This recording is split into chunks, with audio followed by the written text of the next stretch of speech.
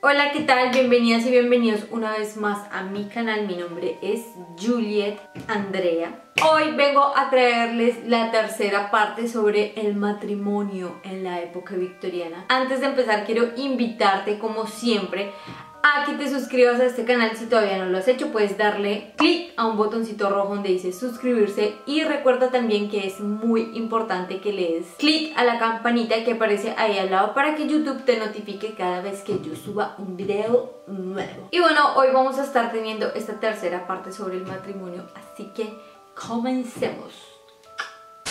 Hoy estaremos hablando sobre el matrimonio entre la nobleza, el matrimonio entre el pueblo o las clases que estaban pues por debajo de la nobleza, que eran como los que tenían todo este protocolo que estuvimos viendo en el video anterior, que si no lo han visto lo voy a estar dejando por aquí arriba para que vayan y lo vean y sepan de qué estamos hablando en este video. Y también hay otro, este es el tercero. Y por último, el matrimonio, el más bello de todos, que es el matrimonio por amor.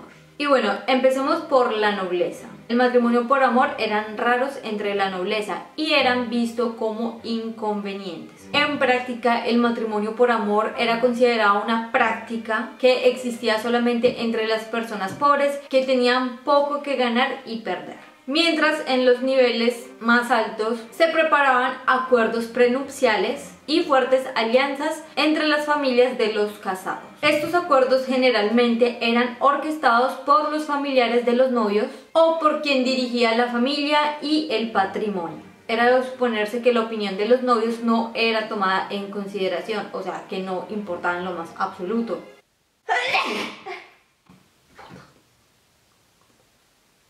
Continúa. Como les estaba diciendo, la opinión de los novios no era tomada en consideración, por lo que eso era una obvia consecuencia de que no habrían muchos matrimonios felices. Esta podía ser también una de las razones por la que el fenómeno de la prostitución iba cada vez más en aumento, difícil de contrastar en una sociedad tan puritana como lo fue la época victoriana. Las uniones entre los herederos de la nobleza normalmente se arreglaban desde el nacimiento de los niños. Tú nacías, tú estabas en el estómago o eras apenas un proyecto y ya sabían con quién te iban a casar. Y esto sobre todo si se hacía parte de una familia importante. Por más que nos pueda parecer aberrante, muchísimas de estas ceremonias se celebraban cuando los niños tenían entre 4 y 3 años. Estas ceremonias obviamente servían más como una promesa vinculante entre las familias y sería después repetida cuando ambos niños llegaran a la edad establecida para el ritual del matrimonio. Existía otro tipo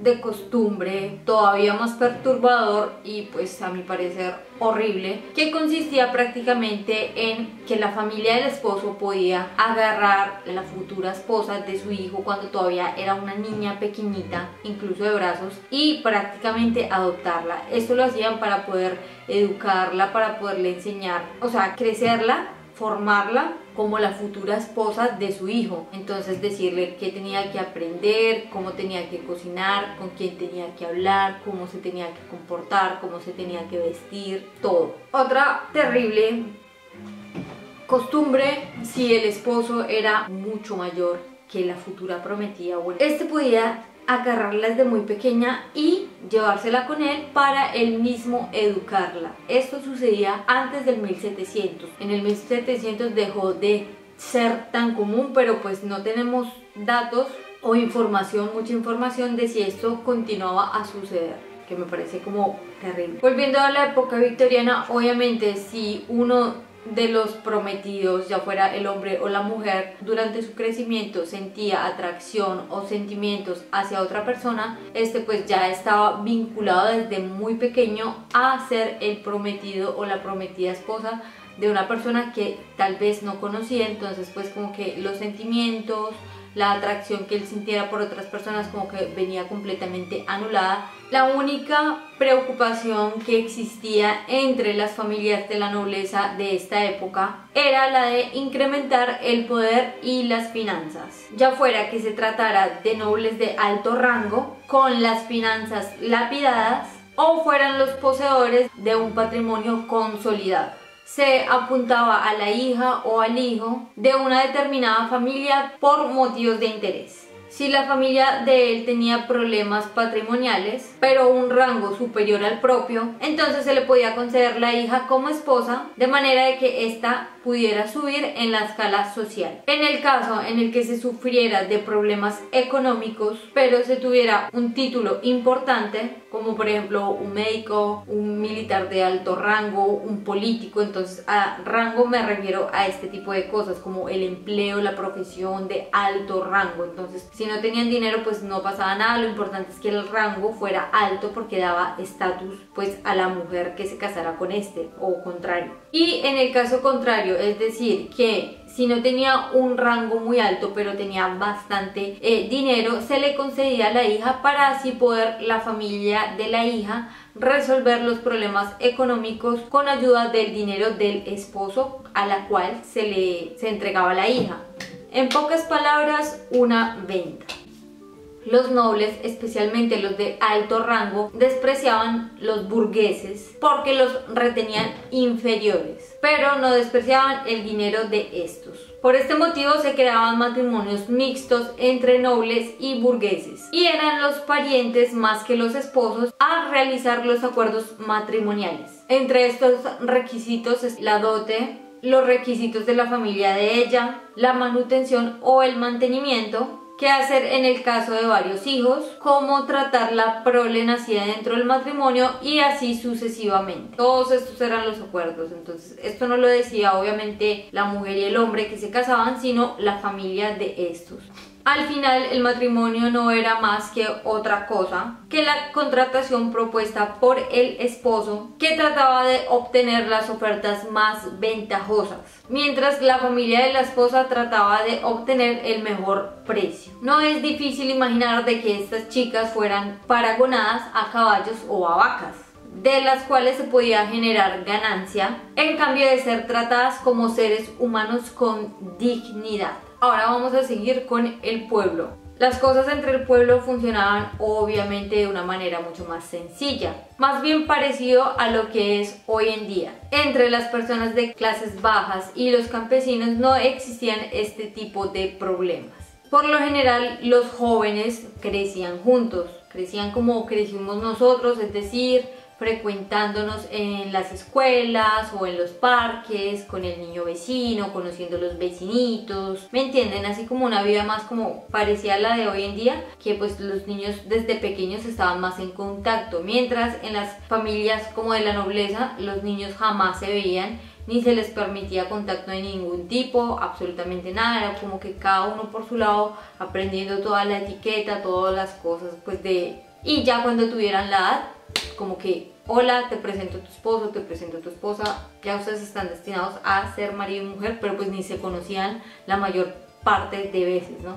Entre el pueblo pues los jovencitos tenían la oportunidad de conocerse de una manera mucho más natural y las jovencitas pues de coquetear con el niño que les interesara. Y siendo la vida de las personas pues del pueblo o las personas, estos tenían muchos más pretextos para esconderse o darse una escapadita y encontrarse con el noviecito y pues crear como este romance así.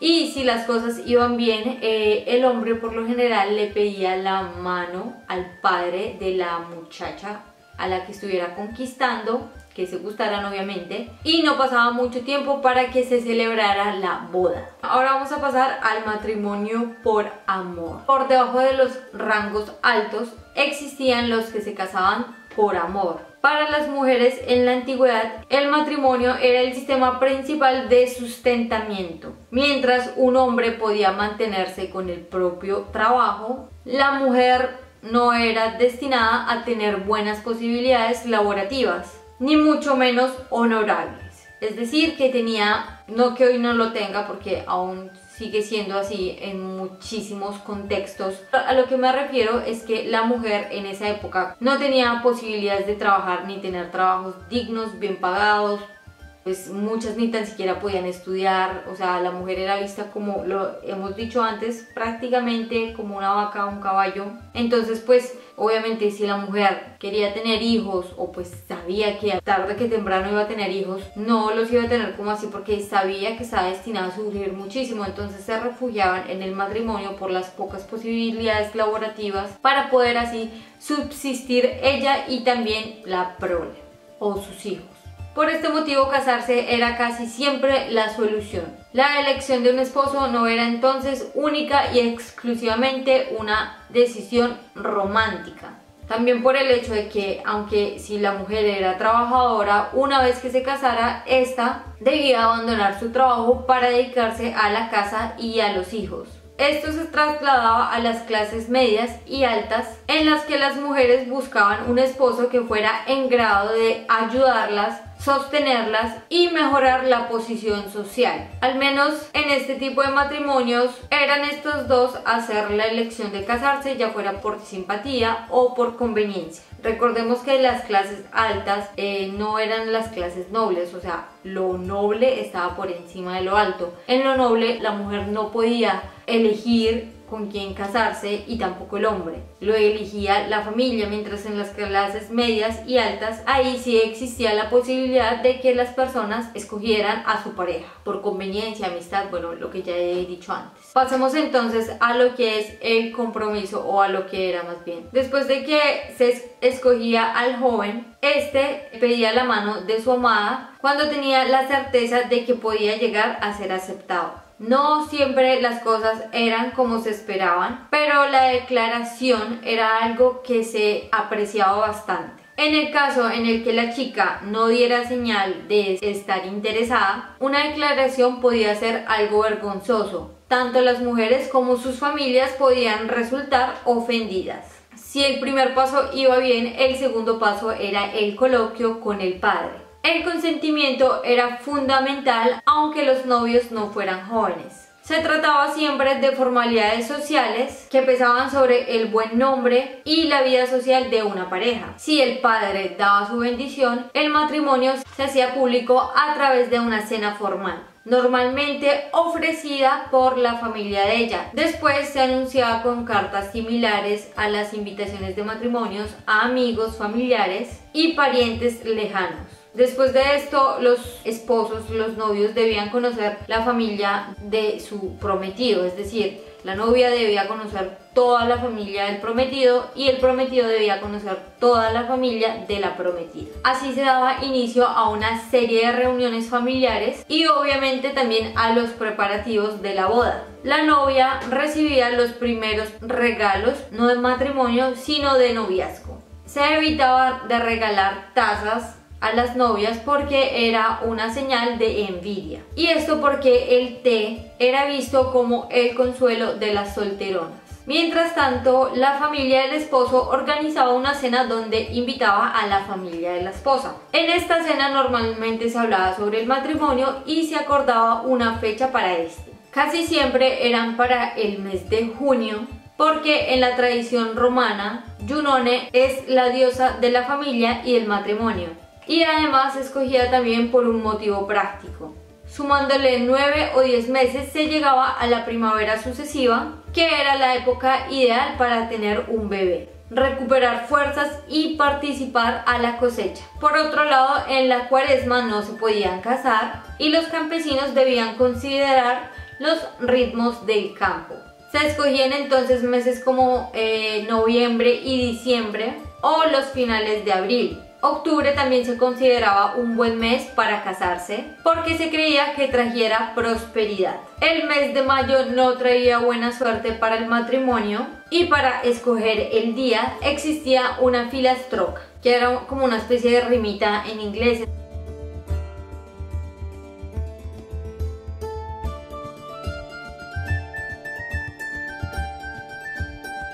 Finalmente, el anillo de compromiso entró dentro de la tradición de los matrimonios puesto que antes de la época victoriana el anillo no era algo obligatorio. Este podía ser regalado a discreción del esposo y tanto la forma del anillo como las piedras podían ser muy variadas, desde el clásico solitario hasta la tiara de diamantes. Pero uno de los más amados, y yo no sabía esto y cuando lo vi quedé como, oh, yo quiero un anillo de compromiso así. Uno de los más amados era el anillo con forma de serpiente. El símbolo de la serpiente representaba la eternidad. Es un tipo de simbología muy antigua y muy bella. Y la reina Victoria llevaba siempre su anillo de matrimonio con forma de serpiente como reconocimiento de su amor por Albert, que era el esposo de la reina Victoria, su amado esposo, porque lo amó demasiado. Estas dos serpientes que iban como unidas representaban al esposo y a la esposa en una unión infinita. Las piedras de estos anillos podían tener diferentes significados. Por ejemplo, el zafiro significaba fidelidad, las perlas eran desaconsejadas porque se creía que llevaría lágrimas al matrimonio. Por este motivo las perlas eran súper prohibidas para el día del matrimonio o una semana antes del matrimonio. Era súper prohibido regalar perlas o llevar perlas. Los diamantes, después de que se abrieran las minas en África, se volvían cada vez más fáciles de encontrar, por lo que rápidamente esta piedra suplantó las demás piedras. Uno de los anillos más populares estaba conformado por diferentes piedras, las cuales se colocaban de tal manera que la letra inicial del nombre de cada piedra conformaban la palabra en inglés regards. El orden de estas piedras era el rubí, la esmeralda, el granate, la amatista y otra vez el rubí, después el diamante y por último el zafiro. Este último anillo se debía entregar durante la fiesta del compromiso y antes de la cena, de manera de que todos pudieran admirarlo en la mano de la prometida, y también después de la cena, pues como que todos, oh, déjame ver tu anillo. Más alto era el rango del esposo, más debía ser costosa la joya que se le diera a la prometida. Y por lo general este anillo se llevaba en la mano derecha. Los prometidos no tenían muchas ventajas en relación con la pareja ya casada. Si estos se querían ver, lo debían hacer siempre en la presencia de un chaperón. Los prometidos tampoco podían viajar solos en el carruaje, no podían quedarse a dormir en la misma casa, así fueran en habitaciones separadas, pero sí se podían escribir cartas, y en el caso del hombre, este podía regalarle flores a su prometida. El resto de regalos que el prometido le hiciera a la mujer debían ser de tipo restituible en caso de ruptura de la relación. En el caso en el que la chica no quisiera casarse por algún motivo, ella debía restituir todos los regalos, el anillo e incluso las cartas que le hubiera podido escribir el prometido. La ruptura era mejor que la hiciera la mujer y no el contrario, puesto que esto, aparte de ser algo mal visto en esta época, era supuestamente augurio de mala suerte en el amor o en estas cosas, así como que la chica se quedaba solterona para siempre y bla bla bla. Los matrimonios victorianos, a diferencia de otros como los de la época Regency, podían ser muchísimo más largos. El noviazgo era la mejor época para una joven y ellas querían disfrutar de la época del noviazgo antes de casarse, puesto que después debían quedarse encerradas en casa, limpiando, cocinando y criando bebés. Después de anunciar la fecha de la boda, las mujeres debían retirarse a una vida privada, no podían tener más vida social durante los meses de los preparativos, puesto que era sumamente importante que se prepararan para su gran día. Y bueno, mis amores, esto ha sido todo por el video de hoy, espero que les haya gustado muchísimo. Recuerda suscribirte a este canal y activar la campanita de notificaciones para que YouTube te notifique cada vez que yo suba un video nuevo. Tienes que darle clic al botoncito rojo donde dice suscribirse, obviamente está por aquí abajo. por aquí, dale clic. Te agradecería con el corazón, de verdad, con todo el corazón, que me ayudaras compartiendo estos videos por tus redes sociales o por WhatsApp para que este contenido pues sea más conocido. De verdad los hago con mucho amor y me ayudaría mucho que los compartieras, porque YouTube como que los tiene así como escondidos, como que no los voy a recomendar, pues como que son de historias o a quién le importa. Pues a mí me importa. Y bueno, no siendo más, yo te mando un beso gigantesco, te quiero mucho, gracias por suscribirte a este canal, por estar aquí, por seguir estos videos que son mis favoritos, los amo y me encanta que te encanten. Y bueno, nos vemos a la próxima, bebés, con información diferente a la del matrimonio. Ya, stop. Vamos a seguir con la cosmética y la belleza, entonces, a la próxima.